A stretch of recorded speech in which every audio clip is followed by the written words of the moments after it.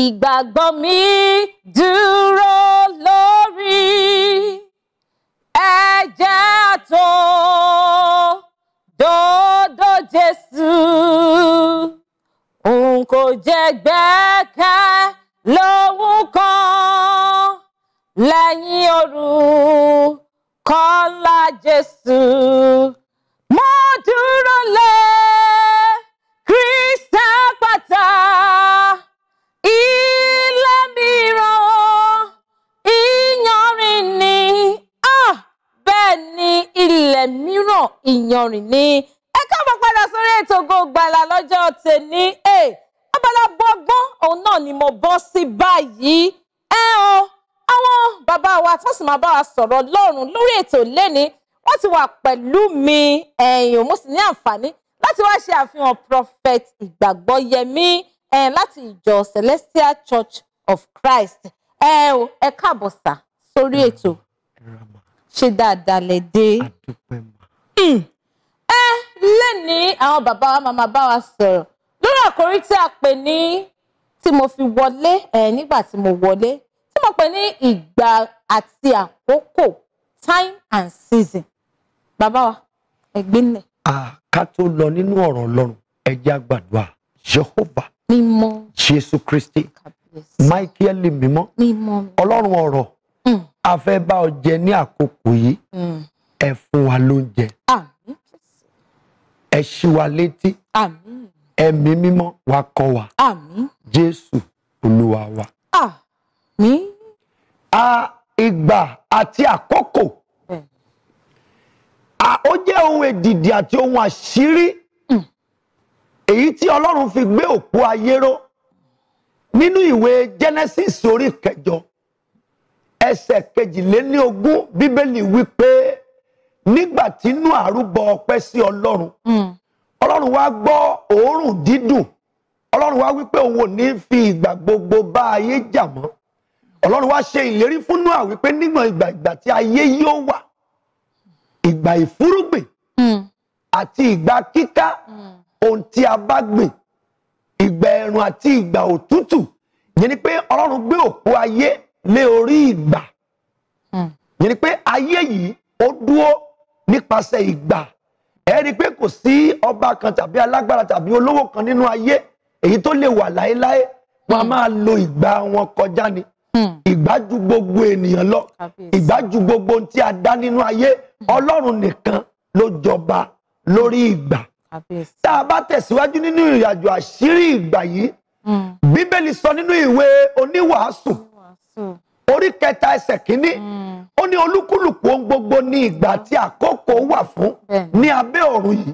Ìgbà bíbí ni, ìgbà kíkú, ìgbà ìfúrúgbìn àti ìgbà ìkórè àti bẹ́ẹ̀ bẹ́ẹ̀ lọ. Ṣùgbọ́n tá a bá wọnú ayé lónìí, ọ̀pọ̀lọpọ̀ àwọn ènìyàn a kò dúró láti fúrúgbìn mọ́. Ìgbà kíká, ìkórè ní gbogbo ẹ̀dá ń sáré rẹ̀ lónìí. Ayé òde òní ti gbóná débi wípé kò sẹ́ni tó fẹ́ fúrúgbìn mọ́. Gbogbo ènìyàn fẹ́ kórè. Lẹ́ṣẹ̀ rí pé ikú pọ̀ nínú ayé, wàhálà pọ̀ nínú ayé, ìdààmú pọ̀ nínú ayé. Ṣùgbọ́n fún àwọn tó bá lè fúrúgbìn, tí wọ́n sì ní sùúrù dé àkókò tí wọ́n kórè, èyí tí ìwé Gàlátíà orí 9 ẹsẹ̀ 7 Bíbélì wípé kí a má tàn yín jẹ ará, ohunkóhun tí ènìyàn bá fúrúgbìn òun ni yóò ká. Kí lohun tí mò ń sọ nípa rẹ̀ ni wípé ènìyàn tí ó wà nínú ayé ló ní àkókò ìfúrúgbìn àti àkókò ìkórè. Gbogbo ohun tí a ń ṣe nínú ayé yìí ni ìgbà wà fún. Ẹ rí i pé tí a bá bímọ nínú oyún, oṣù 9 ló lò ń bẹ̀. Ìgbà kan nìyẹn. Bí ọmọ yẹn bá dẹ̀ tó jáde wá sínú ayé, kó tó di pé ó máa bẹ̀rẹ̀ sí ní jẹun tí àgbàlagbà ń jẹ, yóò lo àwọn ìgbà kan. Kó tó di pé yóò bẹ̀rẹ̀ sí ní rá, ìgbà ní. Kó tó di pé kó bẹ̀rẹ̀ sí máa di nǹkan mú kó tó máa rìn, ìgbà ní. Àwọn nǹkan wọ̀nyí Ọlọ́run ti gbé òpó ayé lé orí ìgbà. So ohun tí mò ń sọ ni wípé àwọn kánjúkánjú nínú ayé kí wọ́n rọra ṣe, kí wọ́n dúró de ìgbà wọn. Gbogbo ènìyàn ló ní ìgbà. wá gbọ́ àṣírí tí mo fẹ́ wí lónìí nípa ìgbà àti àkókò. Ọ̀pọ̀lọpọ̀ ènìyàn ni Olúwa ti pàṣẹ ìgbà rẹ̀ tó yẹ kó ti ṣoríire. Ṣùgbọ́n tí agbára òkùnkùn ti mọ̀, àwọn arógo ṣáájú ológo gbògo jẹ́, àwọn tí wọ́n máa ń rí ògo ọmọ ṣáájú ọmọ, wọ́n á ti mọ̀ wípé àkókò tó yẹ kí ènìyàn ó ra mọ́tò rè. Wọ́n mọ̀ pé àkókò tó yẹ kí ènìyàn ó bímọ rè. Wọ́n mọ̀ pé àkókò tó yẹ kí ènìyàn ó ṣeun rere. Wọ́n á wá lọ dí i nínú ẹ̀mí. Èyí lohun tó ṣẹlẹ̀ nínú ìwé mímọ́ Daniel chapter 10 verse 12 and 13. Bíbélì wípé bí Daniel ti bẹ̀rẹ̀ sí ní gbàdúrà ni Ọlọ́run ti rán áńgẹ́lì sí Daniel láti lọ jíṣẹ́ ayọ̀ fún. Ṣùgbọ́n balógun Páṣíà ó dè áńgẹ́lì yẹn lọ́nà fún odidi ọjọ́ 21. Yẹn ni pé àwọn agbára òkùnkùn kan wà tí wọ́n máa ń dá ìgbà ènìyàn dúró.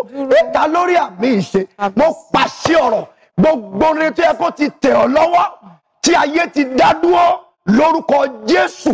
Bó o ti ṣàmìyè, ó yá gbà padà. Gbogbo ògo rẹ tí Ọlọ́run ti pàṣẹ láti òkè wá, tí agbára òkùnkùn dá dúró tán ní àwọn òní jẹ́ òrọ́mọ bí, tán láwọn òní jẹ́ òṣèré. Físà tó yẹ kó o ti gbà yìí, àṣeyọrí tó yẹ kó ti tẹ̀ ẹ́ lọ́wọ́ tí agbára balógun Páṣíà dá dúró, mo pàṣẹ ọ̀ lórúkọ Jésù, ó yá gbà á. Ilẹ̀kùn tá a tì mọ́ yìí lórúkọ Jésù máa ṣí. Arákùnrin yìí mo rí ọ. Wo ẹ̀ẹ̀mẹ́ta ló ti rìnrìn àjò físà yìí. Mo sì rí pé nínú ojú àlá rẹ̀ ó gba físà yìí. Agbára tó dá ọ dúró, agbára tó ń dá ọ dúró tó ti rí i pé a fún ọ ní físà yìí ní ojú àlá. Mo pàṣẹ ọ̀rọ̀, agbára náà kó gbiná níwájú rẹ̀. Bí àkókò àti ìgbà ẹ̀dá bá tó láyé láti ṣe rere, àwọn agbára kan wà nínú òkùnkùn tí wọ́n máa ń dá ìgbà àti àkókò ẹ̀dá dúró, torí wọ́n mọ̀ pé ènìyàn kò lóye ìgbà àti àkókò. Ènìyàn tí a bí nínú obìnrin tí ò bá súnmọ́ Ọlọ́run kò lè mọ̀ pé àkókò àti ṣe rere ti tó fún. Ìgbà àti àkókò, ohun tó ṣe pàtàkì jùlọ nínú ayé yìí ni o. Mo gbàdúrà fún ọ, ìgbà rẹ ò ní kọjá rẹ. Àmín Jésù. Àsìkò rẹ ò ní kọjá rẹ. Àmín. Àní àkókò àti ìgbà tí èmi àti ẹ̀yin wáyé yìí lórúkọ Jésù, a ó rògòlò. Àmín Jésù. Jésù Olúwa wa. Àmín. Ó ga o, ó dàbí kí n máa gbọ́rọ̀ lọ lẹ́nu ìránṣẹ́ Ọlọ́run. Tí wọ́n bá a sọ̀rọ̀ lénìí, gbogbo ojú tó ń wò mí pátápátá, ó dá mi lójú pé ẹ̀ ń kíra yín bọnú ọ̀rọ̀ yìí wípé ìgbà àti àkókò wa kò ní kọjá wa, bó ti ń wò ó kéré mọ́ lágbára Ọlọ́run ọba mi ọba òkè. Ẹ ń sọ̀rọ̀ kan lọ lẹ́ẹ̀kan fún bí ìṣẹ́jú kan, mo fẹ́ sáré bèrè torí ẹ wá sọ̀rọ̀ yẹn débẹ̀ tán wípé ọ̀pọ̀lọpọ̀ àwọn ọmọ ẹ̀dá kì í lè dá ìgbà mọ̀. Báwo gan la ṣe lè mọ̀ wípé òkè o, bóyá ìgbà mi ti fẹ́ dé àbí àsìkò mi ti fẹ́ dé? Báwo la ṣe lè mọ̀ ní ìṣẹ́jú kan? Ọ̀nà mẹ́ta ni Ọlọ́run fi máa ń bá ènìyàn sọ̀rọ̀.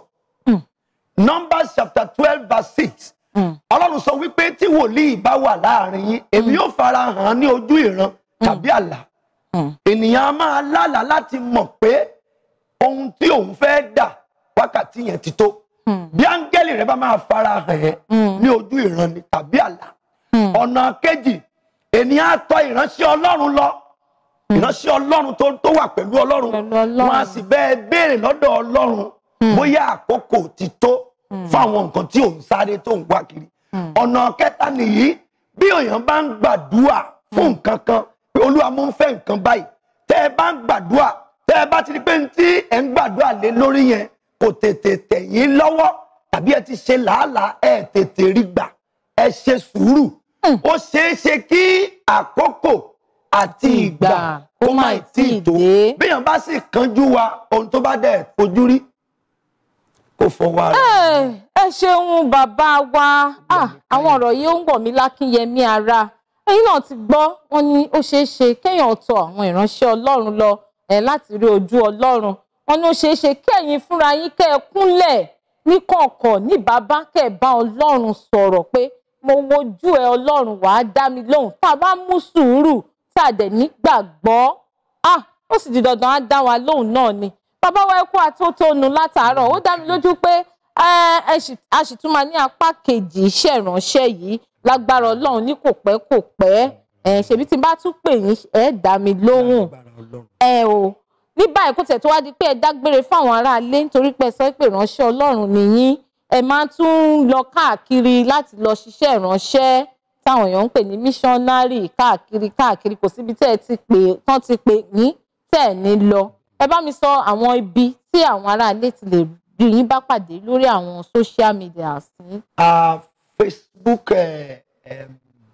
media mi Igbagboyemi Ọdẹ́dèjì lórí Facebook. Èmi ìwo ló tún wà. Dazole.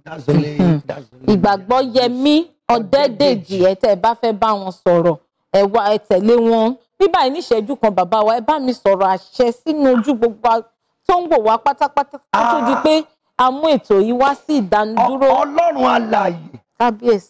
Simeoni wípé nígbà tó gbé Jésù lọ́wọ́ ó ní Olúwa mo dúpẹ́ torí pé ojú mi ti rí ìgbàlà rẹ náà gbogbo ẹ̀yin tẹ́ ń wò wá nílé torí pé ojú yín rí wa lónìí lórúkọ Jésù ẹ ó rí ire ayọ̀ yín o kí oṣù yìí tó parí ojú rẹ á rí ire ayọ̀ rẹ ọwọ́ méjèèjì tó tẹ̀síwájú yìí lórúkọ Jésù ó yá gbàre ó yá gbàyọ̀ ó yá gbògo mo gbàdúrà agbára tó lóòní kọjá lọ bí ògo rẹ kó ṣègbé dànù láìpẹ́ láì jìnnà Jésù máa dé o máa múra lẹ̀ yóò dà fún ọ. ẹ ṣeun bàbá wa a dúpẹ́ nítorí pé èmi pàápàá mo ti gba tèmi lórí ètò lénìí mo ti kọjá sínú ògo ẹ̀yin kọ́ gbogbo ojú tó ń wò mí pátápátá ṣẹ̀yin gan ti gba tiyín ṣe ti kọjá sínú ògo lọ́jọ́ tèmi gbogbo ilé ìtatú ti wá gbọ́ lénìí ẹ jẹ́ ká mú sọ́wọ́ òsì àwọn bàbá wa bá a sọ̀rọ̀ lẹ́ẹ̀kan wọ́n ní ọ̀tá máa ń ṣọ́ àsìkò àti ìgbà ẹ̀dá ni nítorí ìdí èyí ló ṣe pàtàkì kí àwa fúnra wa ká dira wa ní àmùrè àdúrà nígbà gbogbo ìgbà wa kò ní kọjá wa lágbára Ọlọ́run ọba mi ọba òkè mo ti fẹ́ máa fi eléyìí dágbére lórí ètò Ògo Ìgbàlà lénìí náà nìyẹn ìwọ jẹ́ wòlíì ìwọ náà jẹ́ wòlíì bíi bàbá wa ẹ pè mí sórí nọ́mbà mi kí n bá yín polówó ọjà yín kí n gbé yín wá kẹ́yìn náà wá bá àwọn aráalé sọ̀rọ̀ bí àwọn bàbá wa ṣe ń bá wa sọ̀rọ̀ yìí màá máa dúró dè yín bẹ́ẹ̀ ni orúkọ tèmi Ọlá Onabanji ayọ̀lúwa ṣeun ńlá fún mi nọ́mbà mi tẹ́ ọ máa pè mí sí 07039383941 ẹ tẹ àwọn àtẹ̀jíṣẹ́ yín gbogbo nǹkan kí nǹkan tẹ́ bá fẹ́ bá mi sọ pátápátá gbogbo ẹ̀yin olólùfẹ́ mi ẹ tẹ̀ jíṣẹ́ sí @Onabanji Ọláwálé Facebook Twitter Instagram @Onabanji Ọláwálé gbogbo nǹkan tẹ́ bá fẹ́ bá mi sọ pátápátá màá rí màá kà á bẹ́ẹ̀ ni mo ti dágbére náà nìyẹn lórí ètò lénìí wọ́n ní nígbà tó bá fi máa di ọ̀sẹ̀ tó ń bọ̀ ìgbà yín àti àkókò yín ó ti wọlé dé tán ẹ ti bẹ̀rẹ̀ sí ní ṣe rere ẹ ti wọnú ògo lọ èmi pàápàá ti wọnú ògo lọ kí n fi rí àti ayọ̀ pàdé yín lọ́sẹ̀ tó ń bọ̀.